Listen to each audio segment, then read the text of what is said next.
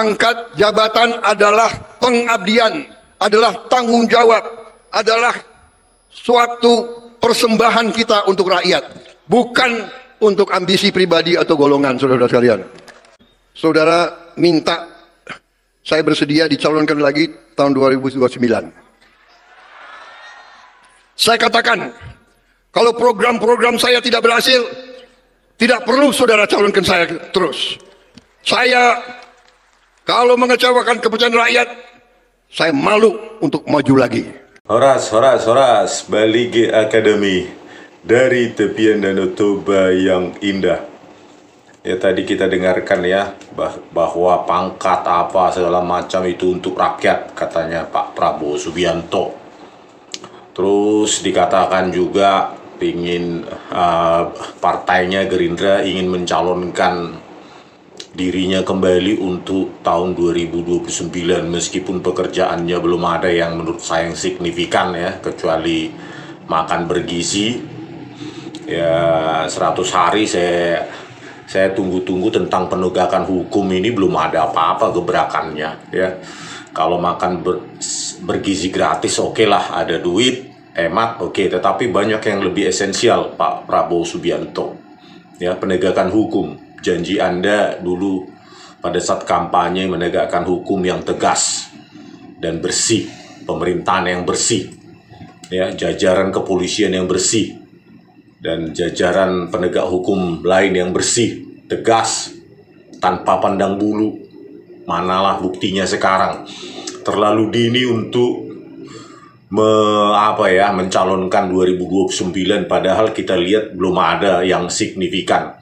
Anda juga mengatakan pemerintahan yang meritokrasi, ya artinya orang yang cocok dengan backgroundnya lah, kepakarannya ada di situ. Tetapi salah satu contoh Menteri Kehutanannya aja dari ilmu agama, Raja Juli Antoni, di mana itu? Belum lagi kalau yang lain-lain kita kupaskan. Nah, terkait dengan penegakan hukum di Indonesia, apakah Anda tidak pernah dengar ya bagaimana ini ke-8 terpidana kasus Vina Cirebon, di mana 7 sekarang mendekam di penjara seumur hidup? Apakah Anda sebagai presiden tidak pernah dengar gitu? Tidak pernah dengar adanya anak bangsa ini yang harus mendekam di penjara sampai seumur hidupnya, yang sudah disiksa ya. Mereka akui itu, statement mereka di pengadilan ya, mereka dipukul, disuruh minum air kencing dan lainnya, dipukul gembok ya, dan lainnya. Itu apakah Anda sebagai seorang presiden sekarang yang sudah 100 berapa hari ini nggak pernah dengar gitu loh, nggak mau mengeluarkan statement sedikit pun untuk keberpihakan Anda kepada rakyat ya? Kalau dibilang nanti tidak ada intervensi segala macam, kenapa undang-undang Pilpres bisa diubah? Ya, apanya? Usia cawapresnya. Kan itu juga intervensinya itu. Tetapi kenapa untuk rakyat ini nggak ada statement yang keluar dari seorang Presiden Prabowo Subianto yang ketika kampanye begitu menggebu-gebu, mati rela demi rakyat, bla bla bla. Ini loh Pak, rakyat yang mana yang Anda bilang siap mati? Ini rakyat kecil itu loh ya. Ke-8 orang ini adalah buruh bangunan ya. Siapa kemarin sudah berjuang, tetapi mana penegakan hukum di Indonesia yang bukti ekstraksi SMS yang dari Polda Jabar sengaja tidak dibahas, sengaja tidak dibahas oleh jaksa penuntut umum dan hakim, padahal ada di dalam berkas yang bisa membebaskan mereka. Karena dari waktu, time frame ketika mereka dituduhkan melakukan apa yang didakwa dan dituntut, itu mereka ada SMS dari almarhum yang menjadi korban. Inilah Pak Prabowo Subianto ya. Jauh sekali statement orasi-orasi Anda terhadap permasalahan-permasalahan konkret gitu loh Pak. Coba orasinya itu sebutkan kasusnya gitu loh, konkret gitu loh Pak. Masa nggak ada sih yang membisikkan kepada Anda atau keponakan kayak sepupu kayak atau cucu yang mendengar kasus ini, dan Anda harus Kalau mendiamkan kayak gini, Anda tahu dan Anda mendiamkan, maka Anda bukan presiden kami ya, bukan presiden untuk rakyat jelata ya. Karena apa Pak? Dengan penegakan hukum, dengan kepolisian yang paling hancur se-Asia Tenggara, maka siapapun kami rakyat jelata bisa menjadi korban, bisa direkayasa. Kasus Jessica Wongso, Tito Karnavian yang Anda ada dalam kabinet Anda itulah otak rekayasanya ketika dia Kapolda Metro Jaya 2016. Mengabur-ngaburkan untuk membuat narasi menyesatkan dengan kabur-kabur video CCTV yang sudah dikaburkan oleh Mabes Polri itu Pak, ahlinya Muhammad Noah Lazar. Terus kalau kita berteriak kepada presiden yang sudah kita harapkan presiden baru, penegakan hukum sudah direformasi, dirombak, itu kan janji Anda dalam Astacita itu ya, reformasi hukum. Itu ada itu nomor berapa itu? Ya. Di sini ada enggak ya tuh? Ada itu. Di mana itu? Ya itulah reformasi hukum. Anda katakan kan reformasi hukum, mana implementasinya? Ya. Masih 100 hari. Tanda-tandanya pun kami nggak lihat gitu loh. Jadi kalau sampai setengah tahun ini nggak ada perubahan dalam reformasi hukum, berarti nggak akan ada dalam 5 tahun kepemimpinan Anda, ya nggak akan ada gitu. Coba sebutkanlah dulu kasus-kasus yang salah tangkap, yang direkayasa oleh kepolisian. Saya sudah tantang, saya siap untuk bertemu dengan Anda, ya. Walaupun saya sudah sajikan di persidangan PK kemarin. Ya, baik Vina Cirebon maupun kasus Jessica Wongso, tetapi kan kalah juga kan. Kasus Vina Cirebon mereka abaikan dengan enteng gitu loh. Ekstraksi SMS yang dari Polda Jabar itu sendiri yang bisa membebaskan ke 8 terpidana ini, ya siapa harapan kami? Ya Anda lah gitu loh. Sebagai presiden, masa menyebutkan kasus ini pun nggak bisa? Kasus Jessica Wongso, tetap aja itu polisi berbohong, gitu loh. Karena mereka kan sudah kompak, sudah akur, polisi, jaksa, hakim. Padahal seharusnya itu bagian yang terpisah kan, tetapi karena sering bertemu, saling kolaborasi, akhirnya saling melindungi. Itu loh, Pak Prabowo Subianto. Jadi kalau ini mau bicara capres, jangan prematur dulu Pak. Rakyat bisa mencabut mandat Anda, ya, kapanpun, walaupun belum 5 tahun. Kalau kami lihat penegakan hukum masih hancur seperti ini, kami bisa mencabut Pak. Ingat 98, itu 10 tahun ini zaman Joko Widodo sudah sangat berantakan penegakan hukum itu. Mungkin rakyat masih bersabar, masih ada harapan Prabowo Subianto tegas, mantan Danjen Kopassus semua akan disikat, berani mati. Jangankan sekali, 10 kali mati pun siap kalau bisa. Kan gitu, tetapi kan ekspektasi itu sampai sekarang masih nol.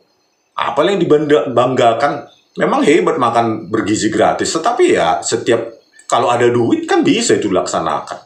Ya, nggak menyentuh semua elemen masyarakat, penegakan hukum semua fondasi Indonesia bernegara. Bapak sendiri bilang, negara gagal itu dimulai dari apa? Akibat dari apa? Penegakan hukum yang gagal. Polisi yang gagal. Ya. Sudah gagal sekarang, Pak. Tunggu saja sampai negara gagal. Sudah gagal, buktinya kepolisian terburuk, terkorup se-Asia Tenggara. Ya, masa Bapak nggak mendengar jeritan ke 6 terpidana ini? Ya, terpidana seumur hidup. Ya. Di pengadilan, masa nggak nonton itu, bagaimana itu, ya? Terus itu Kapolri Listio Sigit Prabowo itu, mana itu tim susnya itu, yang terdiri dari Irwasum lah, Kadipropam lah, Kabareskrim, sampai sekarang nol, omong kosong itu. Terus apalah prestasi Anda 100 hari ini, kan tinggal perintahkan, Listio, benar nggak itu salah tangkap, benar nggak ekstraksi SMS-nya itu tidak dipakai, kan tinggal tanya saja, pasti udah gemetar dia. Ya, kalau memang itu gak dipakai bukti itu yang membebaskan mereka, bebaskan mereka gitu. Kan gitu. Itu baru executive order ya. Ada perintah eksekutif yang membenahi gitu. Tapi kalau angkat tangan ya tentang kasus-kasus salah tangkap, rekayasa yang dialami orang kecil, orang jelata, Anda diam berarti you are not our president, gitu loh. You are not. Ya, sampai sejauh ini, sampai detik ini menyebutkan kasus ini pun tidak berani, gitu. Tidak mau atau tidak berani atau tidak peduli, gitu loh. Karena kami peduli sesama orang kecil, sesama orang jelata. Karena apa? Setiap waktu kami bisa mengalami hal yang sama seperti yang dialami Jessica, seperti yang dialami ke-8 terpidana Vina Cirebon, seperti yang dialami 6 laskar FPI. Itu setiap waktu kami bisa direkayasa. Kalau kepolisian bobrok seperti ini, dan Anda, apa prestasi Anda penegakan hukum 100 hari ini? Apa yang bisa dibanggakan? Nggak ada. Gitu loh. Dan prediksi saya, ya, sampai Anda selesai nggak ada ini. Nggak bakal ada. Gitu. Saya juga kecewa ya bagaimana kemarin Anda mengatakan mengglorifikasi Jokowi, terima kasih Jokowi. Kenapa nggak terima kasih pada rakyat yang memilih Anda? Gitu loh. Kenapa harus Jokowi? Apa karena bansos yang 22 juta orang itu? Gitu loh. Harusnya kan berterima kasih kepada rakyat yang memilih Anda. Disitulah pondasi Anda untuk berjuang demi rakyat, bukan demi Jokowi. Gitu loh. Tanpa Jokowi pun kami punya presiden baru. Gitu loh. Tanpa intervensinya pun Indonesia ya wajib punya presiden baru, gitu. Anda atau bukan harus ada presiden baru, keberlanjutan kepemimpinan, gitu. Ya. Jadi bagaimana ini Pak? Mau didiamkan ini kasus Vina Cirebon? Anda punya Menko Polhukam, Menko apa itu dibagi ya? Apa itu Menko untuk hukum dan HAM? Mana gebrakannya? Masa nggak bisa membentuk sebuah tim pencari fakta? Apakah benar ini ekstraksi SMS-nya untuk Vina Cirebon ini nggak dihadirkan, nggak disajikan, malah dibilang oleh Hakim Agung tidak novum baru, tidak bukti baru. Ini kita negara apa ini? Negara barbar ya, secara hukum. Ya, sudah ada bukti ilmiah yang jelas bisa membebaskan mereka, kecuali ada bukti lain yang mengkriminalkan mereka kan. Ini hanya bersandar keterangan Aib, ya, Dede dan lainnya bisa dibuat orang seumur hidup. Ini kan Anda katanya berpendidikan Eropa, menghabiskan waktu seumur hidupnya di Eropa. Apa enggak menggelikan melihat hal seperti ini? Ya? Terjadi di Republik ini seperti itu. Ya? Penegakan hukum hanya karena katanya, keterangan tanpa ada didukung oleh scientific evidence. Justru scientific evidence diabaikan, gitu loh. Dan itu semakin dikonfirmasi oleh Hakim Agung dengan penolakan PK itu. Ya, jadi bagaimana juga dengan Jessica? Ya, saya sudah jelaskan itu waktu PK 2024, rekayasa video CCTV pakai software gratisan oleh Bareskrim, lab forensik Bareskrim Muhammad Nual Azhar. Siapa yang bertanggung jawab? Tito Karnavian dan Krisnamurti. Anda berani nggak menangkap mereka? Berani nggak? Gitu loh. Kalau Anda tidak berani sampai Anda berakhir, berarti Anda cemen, gitu loh. Presiden yang nggak berani menangkap hanya seorang Tito Karnavian. Ya. Saya aja jadi presiden langsung satu hari dilantik, langsung saya tangkap mereka semua. Jangan sampai main-main sama rakyat kan gitu. Karena republik ini dibiayai oleh rakyat gitu loh. Ya. Apa yang Anda banggakan 100 hari pemerintahan Anda? Nggak ada gitu loh. Kecuali makan bergizi gratis yang katanya sudah 1 juta atau 700.000. So what gitu loh. Kalau cuma ada duit kasih makan, ya udah selesai. Terus mana janji-janji Anda yang lain, terutama penegakan hukum, reformasi hukum, itu yang dirasakan semua rakyat. Karena kalau penegakan hukum yang sudah bagus, maka ekonomi ya pasti lancar itu. Gitu. Karena itu dasarnya semua penegakan hukum. Bagaimana polisi tidak pungli, tidak merekayasa, tidak memanipulasi, tidak memeras. Itu kan dibenahi dulu semua. Karena itulah harusnya prioritas pertama yang harus Anda jalankan 100 hari. Itu yang kita tunggu sebenarnya. Masa jeritan para buruh bangunan yang terpidana ini yang seumur hidup nggak didengar sih, gitu loh. Ya itu apanya? Ya, kemungkinannya mendengar tapi tidak mau tahu, atau tidak didengar sama sekali. Kan keterlaluan kalau tidak mendengar kasus ini sih. Wamenko-nya Uttu Hasibuan yang menjadi ketua tim pengacara, masa nggak mungkin lah nggak diberitahu. Ya. Berarti kalau diberitahu nggak mau tahu, ya berarti Anda bukan presiden kami, gitu loh. Ya, tidak mengimplementasikan kepentingan rakyat, ya. Karena ini jelas ini salah tangkap, Pak. Saya hanya percaya pada bukti saintifik, bukan keterangan-keterangan A sampai Z. Kita butuh bukti. Saya diajarin sejak kuliah di engineering.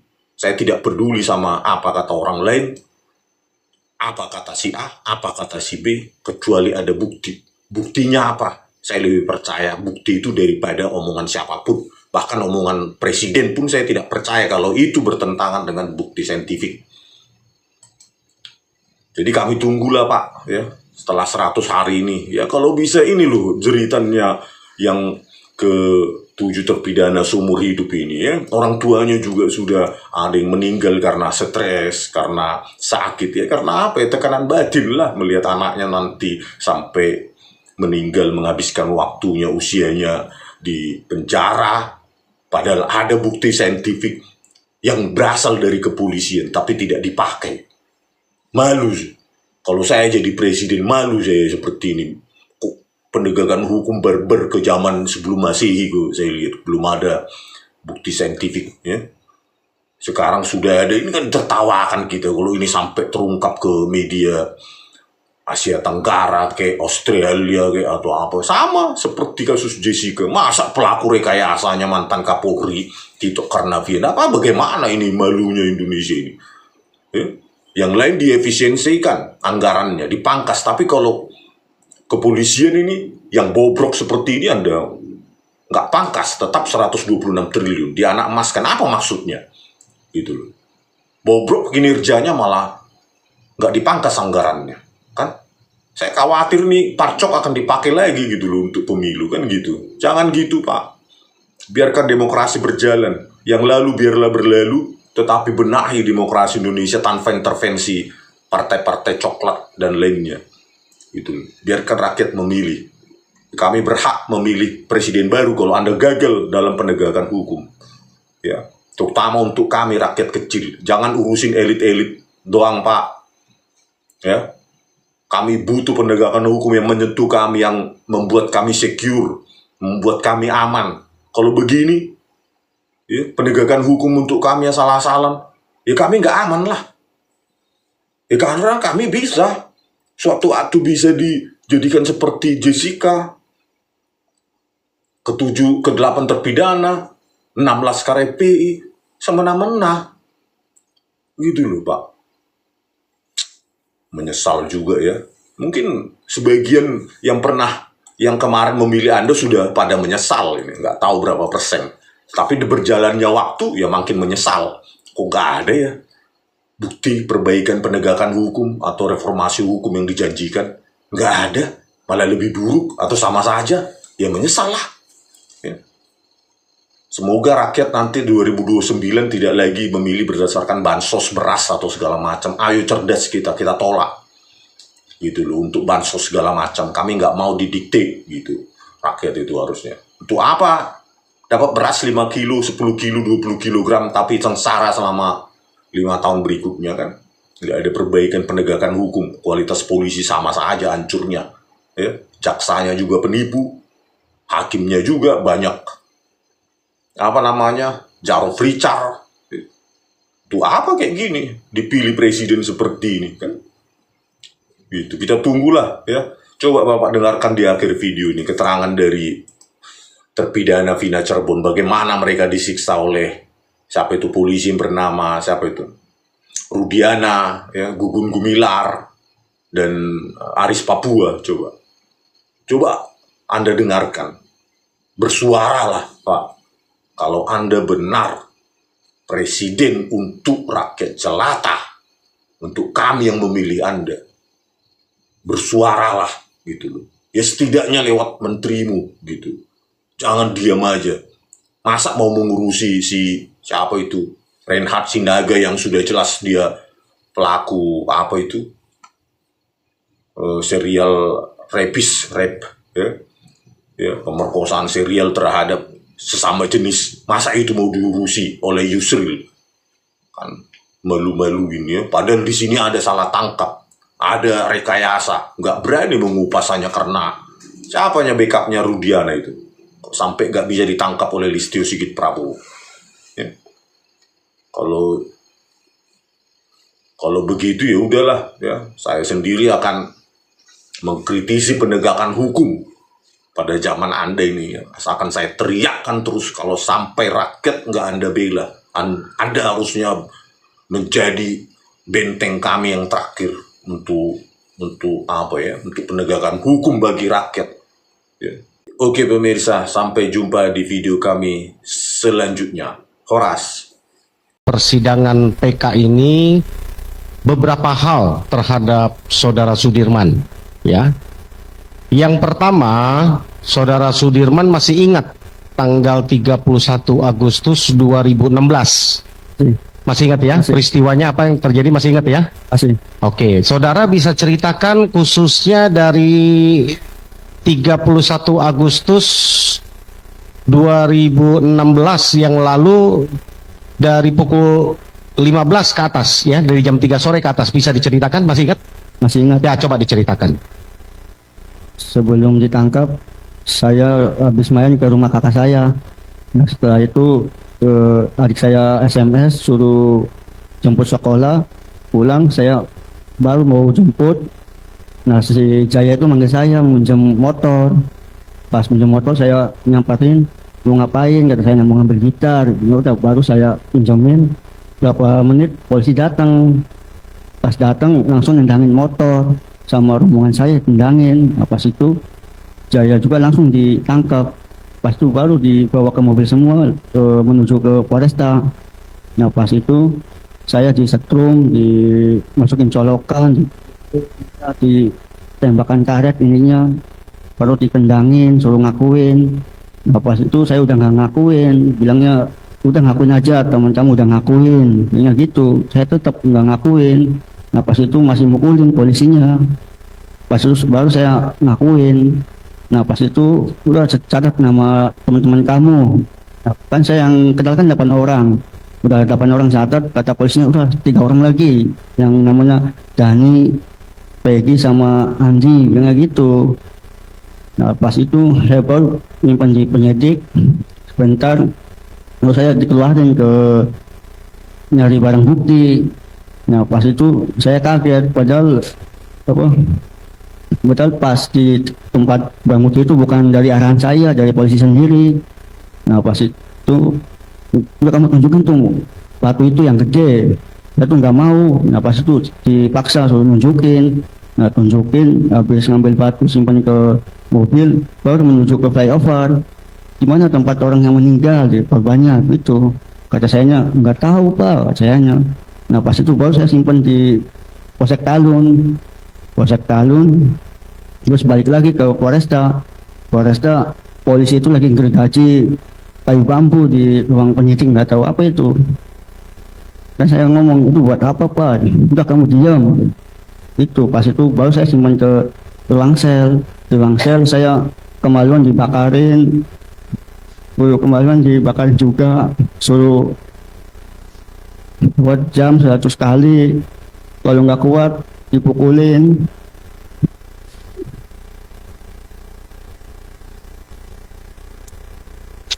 Terus Izin mobil. Kasih. Ya, izin gua.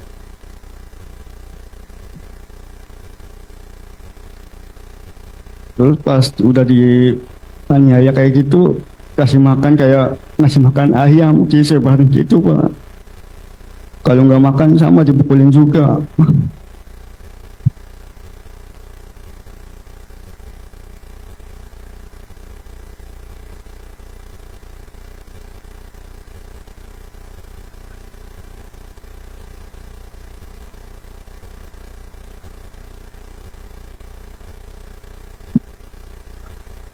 adalah kataan seperti itu.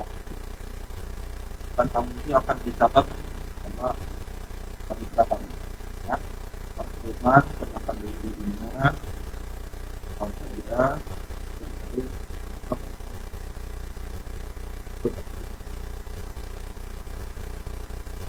Nah, terus pas itu saya dibuang ke ruangan penyidik, suruh bikin BAP. Saya tuh aja nggak mau, cuma saya dipukulin, dihajarin terus sama polisi. Nah, pas itu saya suruh tanda tangan.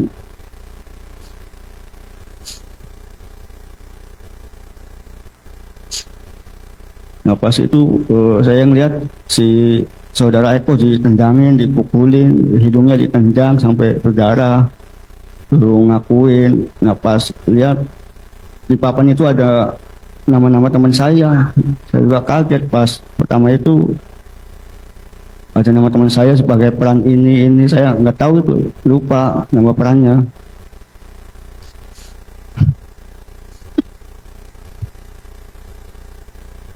Aduh.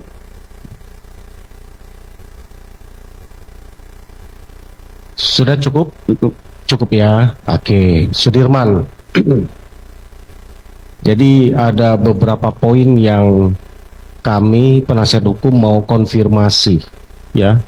Kami sudah mendengar semua kronologis bahwa tanggal 31 Agustus 2016 Sudirman ada di depan SMP 11 ya. Nongkrong karena menunggu motor ya. Iya. Menunggu motor.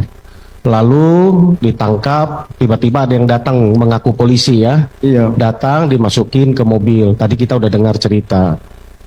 Kita mau tanya, kita nggak mau mengorek kembali seperti yang sudah pernah. Di situ saya paling ingat anggota itu yang bernama Pak Anwar, Pak. Pak Anwar, diapain sama Pak Anwar?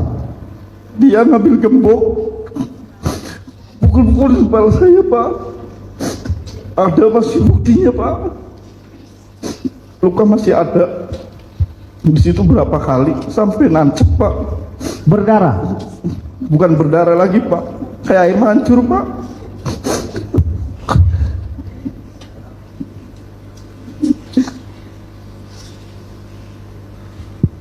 Di situ cuman kita nggak diobatin, Pak.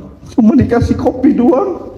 Ditempelin kopi mentah maksudnya? Iya, Pak. Atau air kopi? Bukan, Pak. Kopi, air bubuk kopi ya? Bubuk kopi, Oke. Pak. Oke, terus? Setelah itu kita disiksa di situ. Terus agak lama itu, kalau nggak salah gitu tuh ada yang haus minta minum. Nggak tahu dikasihnya. Saya nggak tahu siapa yang nyuruh itu siapa. Tapi yang jelas itu air kucing, Pak.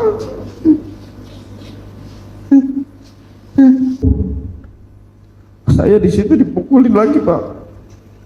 Sampai saya muntah darah dari mulut, dari hidung saya keluar, Pak.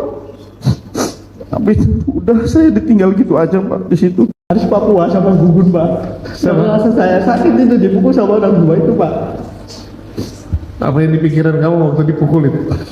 Masih menikmati daripada saya dipukul, Pak. Sampai saya pulang aja ditembak 3 kali. Saya suruh lari, saya nggak lari, Pak. Saya di depan situ nggak lari. Sampai pulang menjut, Pak. Membebok aja sama aku. Saya ngerasa apa ya Allah, nggak ada keadilan.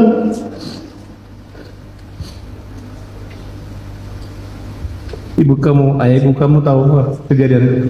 Tahu, Pak. Mang Jaka tahu, kakak saya tahu, bapak saya juga di situ nggak bisa apa-apa lihat saya bodak darah. Kamu lihat kakak kamu juga disiksa? Disiksa, Pak, semua disiksa. Namanya rambut juga dibakar, Pak. Apa upaya kamu untuk membantu mereka lepas dari masalah itu? Ya, Lima maunya yang semua tuh pulang, Pak. Itu orang nggak tahu-tahu. Orang masa ya buat tumbal. Orang baik itu semuanya, Pak.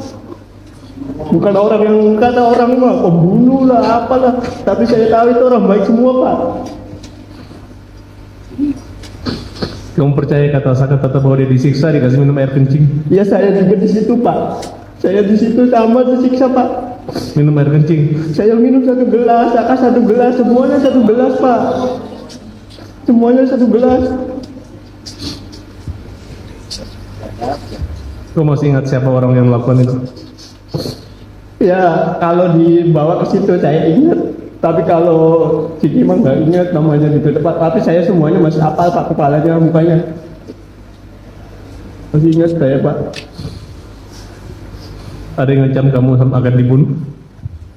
Ada pas lagi sidang bulan tahun berapa itu saya dipanggil sini sekali Pak. Dia dari luar dia bilang ngomong, kalau kamu ngomong yang nggak jelas-jelas saya tembak mati. Tapi saya masih mending saya tembak mati, saya ngomong sejujurnya di sini Pak.